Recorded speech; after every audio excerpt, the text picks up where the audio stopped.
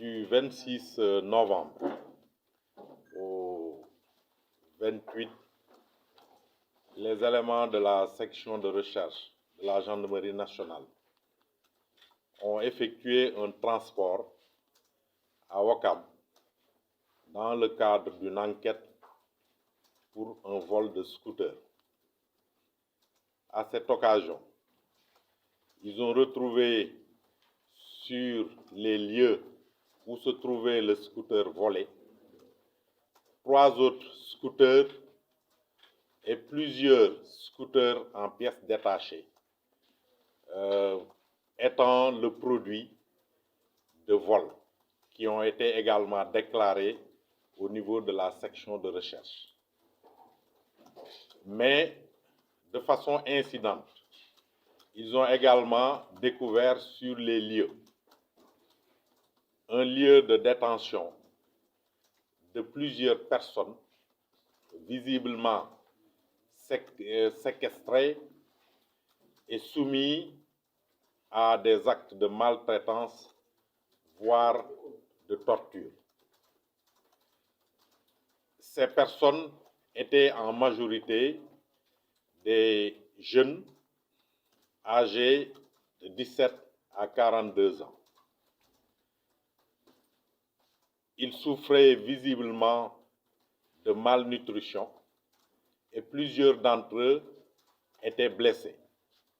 Ils ont été donc pris en charge par les éléments de la section de recherche qui les ont évacués au niveau du service de santé de la Gendarmerie nationale situé à la caserne Samba Diéry Diallo et à l'hôpital principal de Dakar avec l'aide du médecin-chef de la Gendarmerie nationale. Poursuivant leurs investigations, les éléments de la section de recherche se sont également rendus sur 3 autres sites de détention identiques à celui de Ouakam. Il s'agit d'un site qui est situé à Guédiawaye, où 213 personnes ont été également retrouvées. Un autre site situé à Malika accueillait également 22 victimes. Le dernier site situé à la zone B accueillait quant à lui 100 victimes. Parmi ces victimes, il a été dénombré 7 mineurs, mais également une jeune fille.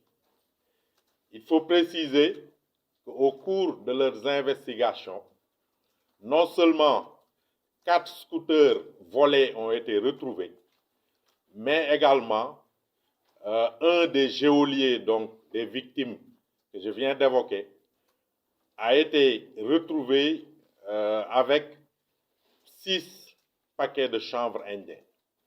Il a cependant réussi à prendre la fuite et il s'est réfugié au domicile de Serigne Modou Kara, dont le fils Ahmadou Mbaké l'a finalement ramené à la section de recherche suite à la demande insistante du commandant de la section de recherche.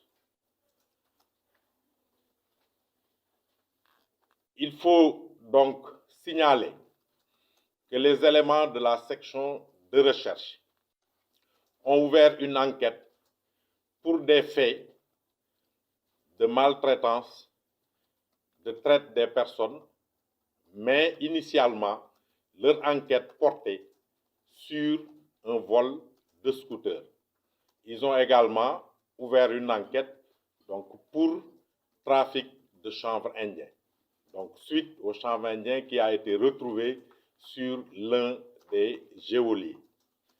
Donc, l'enquête est en cours sous la direction des autorités judiciaires compétentes. Le nombre de personnes arrêtées se chiffre donc à 43. Donc, parmi les responsables qui ont été retrouvés sur les différents sites. Et le total des victimes se chiffre à 353. Et comme je l'ai dit, donc l'enquête se poursuit sous la direction des autorités judiciaires compétentes.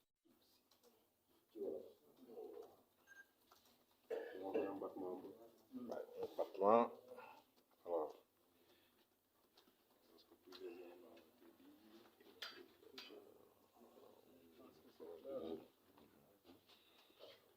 Trois 353, ça c'est dit.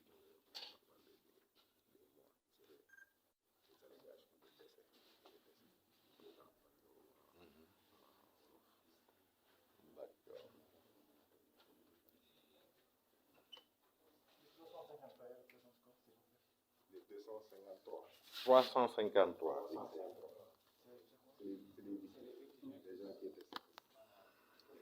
Total quoi, c'est le total. Les 43, c'est les auteurs.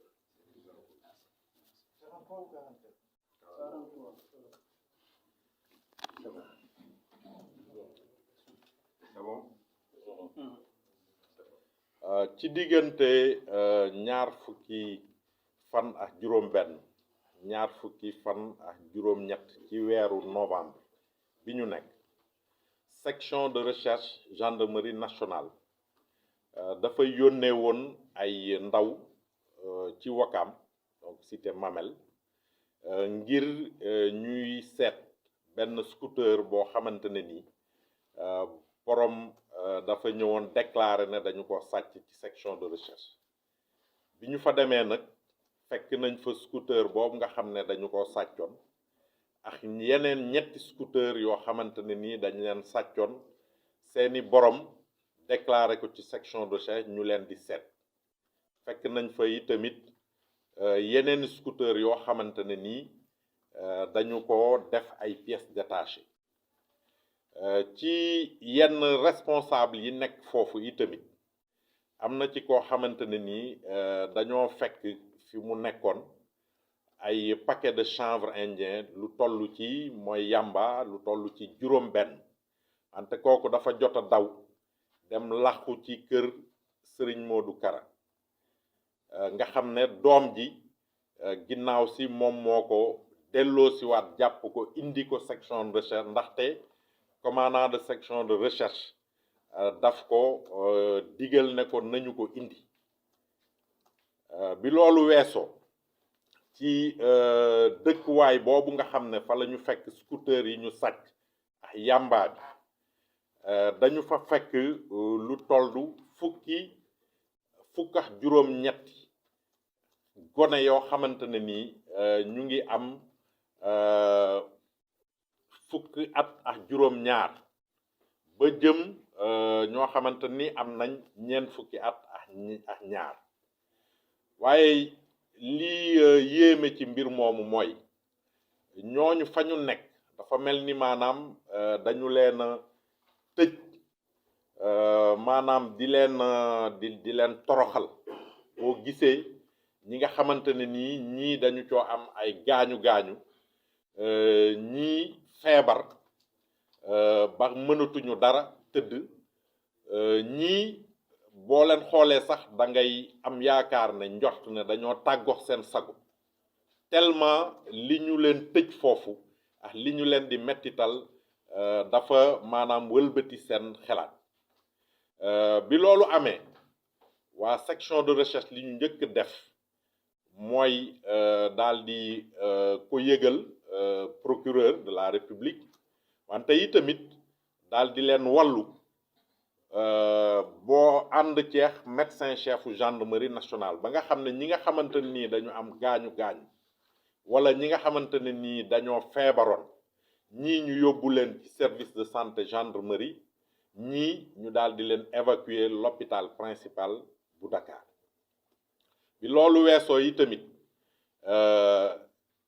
en accord ak autorité judiciaire yi section de recherche di wëyal ay investigation am ci déclaration yi nga xam ne ñi ñu fekk foofu Wakaam moom lañ leen jox loolu moo tax ñu dem ba Géejawaay dem ba Malika waaye tamit dem zone B ba nga xamante ne nii fekk nañ fa ay gone yoo xamante ne nii ni ma ko waxe woon sànq ak ay mag yoo xam ne seen at mu ngi diggante fukki at ak juróom-ñaar ba ñeent fukki at ak ñaar ñoo xamante ne nii ci même toogaan bi nga xamante ne moom lañ fekke woon ñi nekkoon Wakaam Mamel ci la ñu toogaan mu am aussi ñoo xamante ne nii dañoo feebar ñii xaw a sax tàggoo ak seen xel donc loolu moo tax ñooñu toll nañ ci lim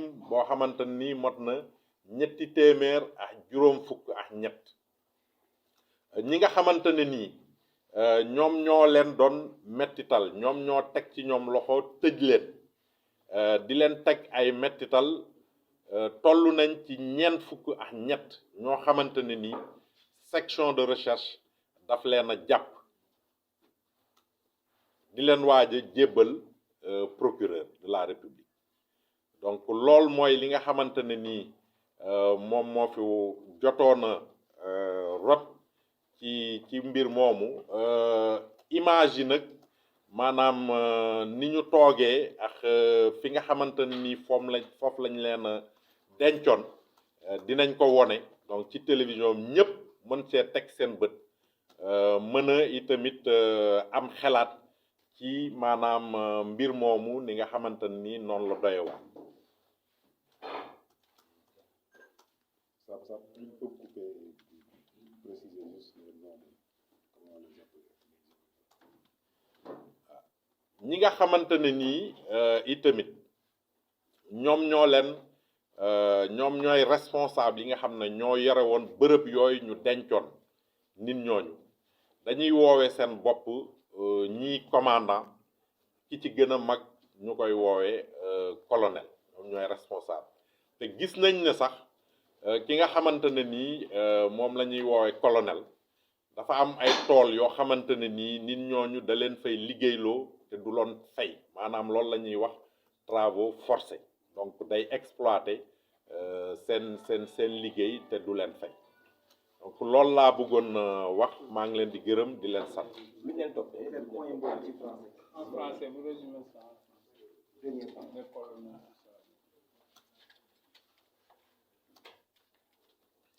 Donc, les personnes qui ont été retrouvées dans les centres de détention de Mamel à Ouakam, de Guédiawaye, de Malika et de la zone B, qui sont appelés par donc le responsable des daara de redressement, se font appeler donc ces responsables commandants ou colonels.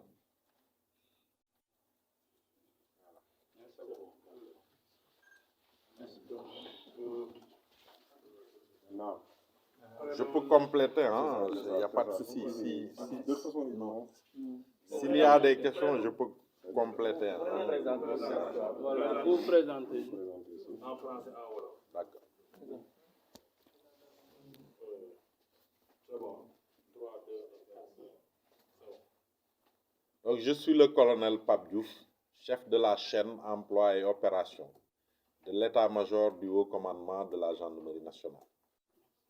Donc, man maa ngi wuyoo colonel Pape Diouf man maay ki ñu dénk wàllu waanaam emploi ak opération ci état-major au commandement de la gendarmerie nationale.